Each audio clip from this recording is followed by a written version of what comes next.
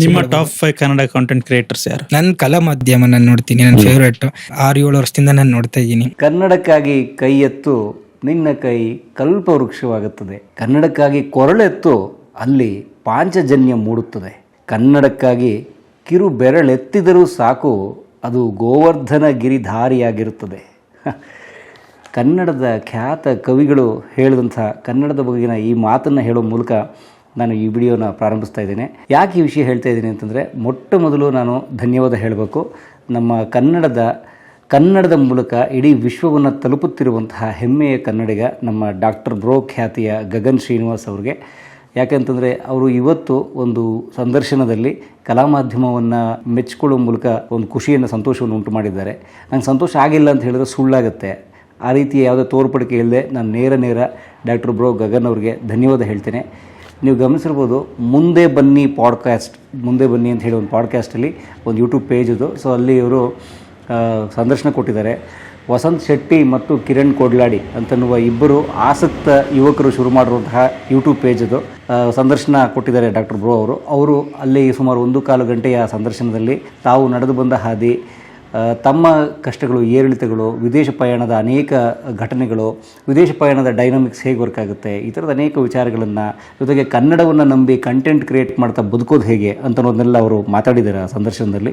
ಆಸಕ್ತರು ತಾವು ಯಾರಾದರೂ ನೋಡಿಲ್ಲ ಅಂದರೆ ದಯವಿಟ್ಟು ನೋಡಿ. ಭಾಳ ಪ್ರೇರಣಾತ್ಮಕವಾಗಿದೆ ಆ ಸಂದರ್ಶನ ಅಂತ ನಾನು ಹೇಳೋಕ್ಕೆ ಇಷ್ಟಪಡ್ತೇನೆ.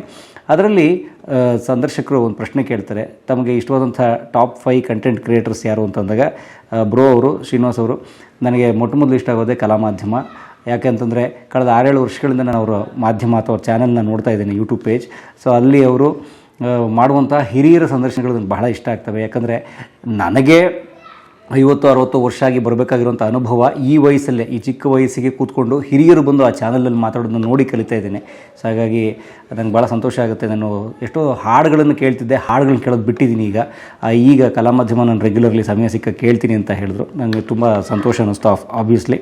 ಸೊ ನಾನು ಮೊದಲೇ ಹೇಳಿದಾಗೆ ನನಗೆ ಸಂತೋಷ ಆಗಿಲ್ಲ ಅಂದರೆ ಸುಳ್ಳಾಗುತ್ತೆ. ಯಾಕೆ ಗೊತ್ತಾ, ಒಂದು ಮನ್ನಣೆ, ಒಂದು ಪ್ರತಿಕ್ರಿಯೆ, ಒಳ್ಳೆ ಕೆಲಸ ಮಾಡ್ತಿದ್ದೀರಿ ಅಂತ ಹೇಳಿದಾಗ ಸಂತೋಷ ಆಗುತ್ತೆ. ವಯಸ್ಸಿನಲ್ಲಿ ಡಾಕ್ಟರ್ ಬ್ರೋ ಗಗನ್ ಶ್ರೀನಿವಾಸ್ ಅವರು ನನಗಿಂತೂ ಕಿರಿಯರು, ಆದರೆ ಸಾಧನೆಯಲ್ಲಿ ನನಗಿಂತೂ ಬಹಳ ಮುಂದಿದ್ದಾರೆ. ತುಂಬ ದೊಡ್ಡವರು ಅವರು. ಅವ್ರ ಬಗ್ಗೆ ನನಗೆ ಅಪಾರವಾದ ಗೌರವ ಎಲ್ಲವೂ ಇದೆ.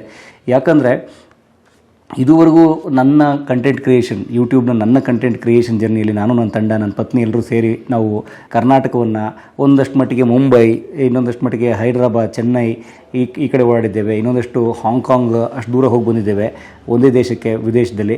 ಅಸ್ಸಾಂನ ಟೂರಿಸ್ಟ್ ಮಾಡಿ ಅಸ್ಸಾಂನಲ್ಲಿರುವ ಕನ್ನಡಿಗರು ಬೇರೆ ಬೇರೆ ಪ್ಲೇಸಸ್ ತೋರಿಸಿದ್ವಿ. ಅದು ನಮ್ಮ ಕನ್ನಡದಿಂದ ಹೊರಗಡೆ ನಮ್ಮ ಜರ್ನಿ ಅಷ್ಟಿಲ್ಲ. ಆದರೆ ಡಾಕ್ಟರ್ ಬ್ರೋ ಗಗನ್ ಅವರು ಎಷ್ಟು ಪುಟ್ಟದಾಗ ಶುರು ಮಾಡಿದ್ರು. ನಾನು ಅವ್ರನ್ನ ಪ್ರತಿ ಹಂತದಲ್ಲೂ ಗಮನಿಸ್ತಾ ಇದ್ದೇನೆ. ಅವರು ಸಿದ್ಧಗಂಗಾ ಮಠದ ಒಂದು ವಿಡಿಯೋ ಮಾಡಿದರು. ಆ ಸಿದ್ಧಗಂಗಾ ಮಠದ ವಿಡಿಯೋ ತುಂಬ ವೈರಲ್ ಆಗಿತ್ತು. ಅದಾದ ನಂತರ ಅವರು ವಿದೇಶಗಳಿಗೆ ಕಾಲಿಟ್ಟರು, ಪಾಕಿಸ್ತಾನಕ್ಕೆ ಹೋದರು, ತುಂಬ ದೊಡ್ಡ ರಿಸ್ಕ್ ಅಂತ ಅನಿಸಿತ್ತು. ಚೈನಾಗೆ ಹೋದರು. ಚೈನಾ ನಮಗಿಂತಲೂ ಭಾರತಕ್ಕಿಂತ ಎಷ್ಟು ಮುಂದಿದೆ ಅಂತ ವಿಡಿಯೋ ಎಲ್ಲ ಮಾಡಿದ್ರು ಅವರು. ಆಗ ತುಂಬ ಟೀಕೆಗಳನ್ನು ಎದುರಿಸಿದ್ರು ಅವರು.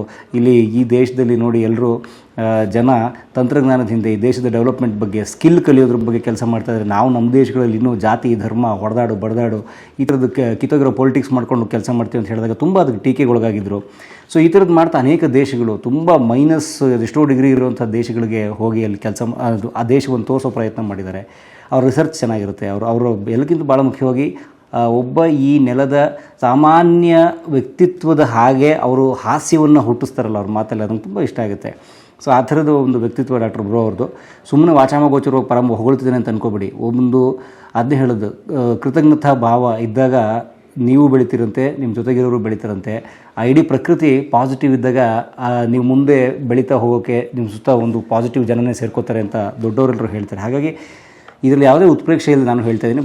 ಡಾಕ್ಟರ್ ಬ್ರೋ ಅವ್ರನ್ನ ಫಾಲೋ ಮಾಡೋಂಥ ಲಕ್ಷಾಂತರ ಜನಕ್ಕೆ ಗೊತ್ತಿರುತ್ತದೆ ಅವ್ರ ವ್ಯಕ್ತಿತ್ವ ಹೇಗೆ ಅಂತ. ಆ ಥರದ್ದೊಂದು ವ್ಯಕ್ತಿತ್ವ ಅವರು. ಸೊ ಹಾಗಾಗಿ ಅವ್ರಿಗೆ ಸಮಯ ಸಿಕ್ಕಾಗ ಕಲಾ ಮಾಧ್ಯಮ ನೋಡ್ತೀನಿ ಅಂತ ಹೇಳಿ ನಂಗೆ ನಿಜಕ್ಕೂ ಒಂದು ಗೌರವ ಅಥವಾ ಹೆಮ್ಮೆ ಕೂಡ ಅಂತ ಅನ್ನಿಸ್ತು ನಂಗೆ ಅನೇಕರು ಅದನ್ನು ಆ ಪಾರ್ಟ್ನ ಕಟ್ ಮಾಡಿ ನನಗೆ ಕಳಿಸ್ತಾ ಇದ್ದಾರೆ. ಸೊ ಹಾಗಾಗಿ ಥ್ಯಾಂಕ್ಸ್ ಸರ್, ಥ್ಯಾಂಕ್ಸ್ ಗಗನ್ ಅವರು. ಆ್ಯಂಡ್ ನಾನು ಹೇಳೋದು, ಈ ಮೊದಲೇ ಈ ವಿಡಿಯೋ ಪ್ರಾರಂಭದಲ್ಲಿ ನಾನು ಹೇಳಿದಾಗೆ, ಕನ್ನಡಕ್ಕಾಗಿ ಕೈ ಎತ್ತು ನಿನ್ನ ಕೈ ಕಲ್ಪವೃಕ್ಷವಾಗುತ್ತದೆ. ಕನ್ನಡಕ್ಕಾಗಿ ಕಿರು ಬೆರಳೆತ್ತಿದರೂ ಸಾಕು ನಿನ್ನ ಅದೇ ಗೋವರ್ಧನ ಗಿರಿಧಾರಿಯಾಗಿರ್ತದೆ ಅಂತ ಎಷ್ಟು ಚೆನ್ನಾಗಿ ಹೇಳಿದ್ದಾರೆ ಅಲ್ವೇ? ಹಾಗಾಗಿ ನಾನಾಗ್ಬೋದು ಅಥವಾ ಡಾಕ್ಟರ್ ಬ್ರೋ ಆಗ್ಬೋದು ಅಥವಾ ನಮ್ಮ ಹಾಗೆ ಯೂಟ್ಯೂಬ್ ಅಥವಾ ಸೋಷಿಯಲ್ ಮೀಡಿಯಾ ಸಾಮಾಜಿಕ ಮಾಧ್ಯಮಗಳಲ್ಲಿ ಕನ್ನಡವನ್ನು ನಂಬ್ಕೊಂಡು ಕಂಟೆಂಟ್ ಕ್ರಿಯೇಟ್ ಮಾಡ್ತಿರೋ ನಮಗೆಲ್ರಿಗೂ ದಾರಿ ಕನ್ನಡ. ಕನ್ನಡಕ್ಕೋಸ್ಕರ ನಾವಲ್ಲ, ನಮಗೋಸ್ಕರ ಕನ್ನಡ ಅಂತಿದೆಯಲ್ಲ. ಹಾಗಾಗಿ ಯಾರೋ ಒಬ್ರು ದೊಡ್ಡ ದಾರ್ಶನಿಕರು ಹೇಳಿದ್ದಾರೆ, ನನಗೆ ಕನ್ನಡಕ್ಕೆ ಕೋಟ್ಯಾಂತರ ಜನ ಇದ್ದಾರೆ, ಆದರೆ ನನಗೆ ಕನ್ನಡ ಒಂದೇ ಅಂತ. ಹಾಗಾಗಿ ನಾನು ಬ್ರೋ, ತುಂಬ ಜನ, ನಮ್ಮ ಗ್ಲೋಬಲ್ ಕನ್ನಡಿಗ ರಾಮು ಮತ್ತು ಫ್ಲೈಯಿಂಗ್ ಪಾಸ್ಪೋರ್ಟ್ನವರು, ನಮ್ಮ ರೇಖಾ ಅಡುಗೆ, ಭಾಗ್ಯ ಟಿ ವಿ ಗಿರೀಶ್ ಅವರು, ಸೊ ಇಂಥ ಅನೇಕರು, ನಾನು ಯಾರಾದ್ರೂ ಹೆಸರು ಬಿಟ್ಟಿರೋ ಕ್ಷಮಿಸಿ, ನಮ್ಮ ಟೆಕ್ ಇನ್ ಕನ್ನಡ ಸಂದೀಪ್ ಅವರು, ಅವ್ರ ತಂತ್ರಜ್ಞಾನದ ವಿಷಯಗಳನ್ನು ತುಂಬ ಚೆನ್ನಾಗಿ ಕನ್ನಡದ ಮೂಲಕ ಹೇಳ್ತಿರ್ತಾರೆ. ಸೊ ಈ ಥರದ ಕನ್ನಡದ ಪೇಜ್ಗಳನ್ನು ಮಾಡಿಕೊಂಡು ಕನ್ನಡದಲ್ಲಿ ನಮಗೆ ಜಗತ್ತಿನ ಮಾಹಿತಿಯನ್ನು, ಜಗತ್ತಿನ ಅದ್ಭುತಗಳನ್ನು, ಜಗತ್ತಿನ ಅದ್ಭುತ ವ್ಯಕ್ತಿತ್ವಗಳನ್ನು, ಸಾಧಕರನ್ನು, ಜಾಗಗಳನ್ನು ಇವನ್ನೆಲ್ಲ ತೋರಿಸ್ತಿರೋದು ಸಾಮಾಜಿಕ ಮಾಧ್ಯಮ ನಮ್ಗೆ ಕೊಟ್ಟಿರೋ ಶಕ್ತಿ. ಅದಕ್ಕಿಂತ ಭಾಳ ಮುಖ್ಯವಾಗಿ ಕನ್ನಡ ನಮಗೆ ಕೊಟ್ಟಿರುವಂಥ ಶಕ್ತಿ, ಕನ್ನಡಿಗರು ಕೊಟ್ಟಿರುವಂಥ ಶಕ್ತಿ. ಅದಕ್ಕೆ ನಾನು ಎಲ್ರಿಗೂ ಕೃತಜ್ಞತೆ ಸಲ್ಲಿಸ್ತೇನೆ. ಈಗ ನನಗೆ ನೆನಪಾಗ್ತಿರೋದು 2022ರಲ್ಲಿ ಯೂಟ್ಯೂಬ್ ಸಂಸ್ಥೆ ಕಲಾ ಮಾಧ್ಯಮವನ್ನು ಗುರುತಿಸಿ ಗೌರವಿಸಿ ಕನ್ನಡದ ನಂಬರ್ 1 ಯೂಟ್ಯೂಬ್ ಚಾನಲ್ ಅಂತ ಹೇಳಿ ನಮಗೆ ಆಗಿನ್ನೂ ಬರೀ 6 ಲಕ್ಷ ಸಬ್ಸ್ಕ್ರೈಬರ್ ಇದ್ದರು, 6-7 ಲಕ್ಷ. ಆಗಲೇ ಅವರು ನಮ್ಮನ್ನು ಗೌರವಿಸಿದರು. ಏಕೆಂದರೆ ಕನ್ನಡಕ್ಕೋಸ್ಕರ ಕನ್ನಡದ ನೆಲ ಜಲ, ಇಲ್ಲಿನ ಕಲ್ಚರ್, ಇಲ್ಲಿನ ಸಂಸ್ಕೃತಿಗೆ, ಇಲ್ಲಿನ ಜನಜೀವನಕ್ಕೆ ನಾವು ಕೊಡ್ತಿರೋ ಕೊಡುಗೆ ಮಹತ್ತರವಾದಂಥ ಗುರುತಿಸಿ ಅವ್ರನ್ನ ನಮ್ಮ ಕ್ರಿಯೇಟಿಂಗ್ ಫಾರ್ ಇಂಡಿಯಾ ಅಂತ ಒಂದು ಕ್ಯಾಂಪೇನ್ ಮಾಡಿದ್ರು 2022ರಲ್ಲಿ. ಆಗ ನಮ್ಮನ್ನು ಗುರುತಿಸಿದ್ದು, ನಮ್ಮ ಪ್ರಜಾವಾಣಿಯಲ್ಲಿ ಫ್ರಂಟ್ ಪೇಜಲ್ಲಿ ನಮ್ಮ ಬಗ್ಗೆ ಒಂದು ಜಾಹೀರಾತು ಕೊಟ್ಟಿದ್ದು, ಇಂಗ್ಲೀಷ್ನಲ್ಲಿ ಫೈನಾನ್ಷಿಯಲ್ ಎಕ್ಸ್ಪ್ರೆಸ್ನಲ್ಲಿ ನಮ್ಮ ಬಗ್ಗೆ ಜಾಹೀರಾತು ಕೊಟ್ಟಿದ್ದೆಲ್ಲ ನನ್ನ ಹತ್ರ ಕಟ್ಟಿಂಗ್ಸ್ ಎಲ್ಲ ಇದೆ, ನೀವು ನೋಡ್ಬೋದು. ಇದೆಲ್ಲವೂ ಸಲ್ಲಬೇಕಾಗಿರೋದು ಮೊಟ್ಟ ಮೊದಲು ಕನ್ನಡಕ್ಕೆ, ಕನ್ನಡಿಗರಿಗೆ, ಕರ್ನಾಟಕಕ್ಕೆ ಮತ್ತು ನನ್ನ ತಂಡಕ್ಕೆ. ಸೊ ಹಾಗಾಗಿ ಎಲ್ರಿಗೂ ಧನ್ಯವಾದ ಮತ್ತು ನಂಗೆ ಸಂದರ್ಶನ ಕೊಟ್ಟ ಪ್ರತಿಯೊಬ್ಬರಿಗೂ ಧನ್ಯವಾದ ಅಂತ ಹೇಳ್ತೇನೆ. ಈ ಸಂದರ್ಶನ ನೀವು ನೋಡಿಲ್ಲ ಅಂತಂದರೆ ಮುಂದೆ ಬನ್ನಿ ಪಾಡ್ಕಾಸ್ಟ್ನಲ್ಲಿ ಈ ಸಂದರ್ಶನ ಇದೆ ಡಾಕ್ಟರ್ ಬ್ರೋ ಅವ್ರದ್ದು, ದಯವಿಟ್ಟು ನೋಡಿ, ನಿಮಗೊಂದಷ್ಟು ಸ್ಫೂರ್ತಿ ಸಿಗುತ್ತೆ. ಹೊಸ ರೀತಿ out of the box think ಮಾಡೋದನ್ನ ಬ್ರೋ ಅವ್ರು ತುಂಬ ಚೆನ್ನಾಗಿ ಹೇಳ್ತಾರೆ. ಸೊ ಅವ್ರದ್ದು ಗೋ ಪ್ರವಾಸ ಅಂತ ಕೂಡ ಒಂದು ಈಗ ಟ್ರಾವೆಲ್ ಕಂಪ್ನಿ ಕೂಡ ಮಾಡಿದ್ದಾರೆ. ಸೊ ಅವ್ರ ಜೊತೆ ಪ್ರವಾಸಕ್ಕೆ ಹೋಗೋರು ಕೂಡ ಪ್ರಯತ್ನಿಸ್ಬೋದು. ಆ್ಯಂಡ್ ಬ್ರೋ ಅವ್ರಿಗೂ ಮತ್ತು ನನಗೂ ಇರುವಂಥ ಇನ್ನೊಂದು ಸಾಮಾನ್ಯವಾದ ಅಂಶ, ಯೂಟ್ಯೂಬ್ ಮತ್ತು ಕನ್ನಡದ ಕಂಟೆಂಟ್ ಅನ್ನೋ ಜೊತೆಗೆ ಏನು ಗೊತ್ತಾ, ನಾನು ಅವರು ಒಂದೇ ಕಾಲೇಜ್. ಅವರು ವಿವಿಪುರಂ ಕಾಲೇಜ್, ನಾನು ವಿವಿಪುರಂ ಕಾಲೇಜ್, ಒಕ್ಕಲಿಗರ ಸಂಘದ ವಿವಿಪುರಂ ಕಾಲೇಜ್.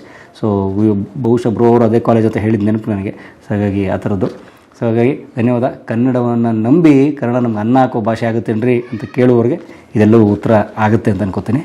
ಹಾಗಾಗಿ ಸಾಮಾಜಿಕ ಮಾಧ್ಯಮ ಅಂತ ಅನ್ನೋದು ಒಂದು ಕತ್ತಿಯ ಹಾಗೆ ಅಥವಾ ಒಂದು ಬ್ಲೇಡ್ನ ಹಾಗೆ. ಹೇಗೆ ಅದರಿಂದ ನಾವು ಯಾರಿಗೋ ಘಾಸಿಗೊಳಿಸಿ, ರಕ್ತ ಬರಿಸಿ ಅಥವಾ ಒಂದು ಜೀವ ತೆಗಿಬಹುದು, ಆದರೆ ಅದರಲ್ಲೇ ಒಂದು ಹಣ್ಣನ್ನು, ತರಕಾರಿಯನ್ನು ಕತ್ತರಿಸಿ ನಾವು ತಿಂದು ಆರೋಗ್ಯ ಸುಧಾರಿಸ್ಕೋಬೋದು. ಸೊ ಹಾಗಾಗಿ ಒಳ್ಳೆಯದಕ್ಕೆ ಬಳಸೋಣಂಥ ತಂತ್ರಜ್ಞಾನವನ್ನು ಕೆಟ್ಟದಕ್ಕೆ ಬಳಸಿ ಅದನ್ನು ಬೇರೆ ರೀತಿ ಸಮಾಜಕ್ಕೆ ಹಾಳಾಗುವಂಥ ವಿಷಯಗಳನ್ನು ತೋರಿಸೋ ಬದಲು ಒಳ್ಳೆಯದನ್ನು ತೋರಿಸೋಣ, ಒಳ್ಳೆಯದಾಗಿ ಬೆಳೆಯೋಣ ಅಂತ ಹೇಳ್ತಾ, ಕೋಟ್ಯಾಂತರ ರೂಪಾಯಿ ಹಣ ಮಾಡಿದವರು, ಸಾವಿರಾರು ಕೋಟಿ ದುಡ್ಡು ಮಾಡಿದವರಲ್ಲಿ ಎಲ್ಲಿಗೆ ಹೋದ್ರು ಕೊನೆಗೆ?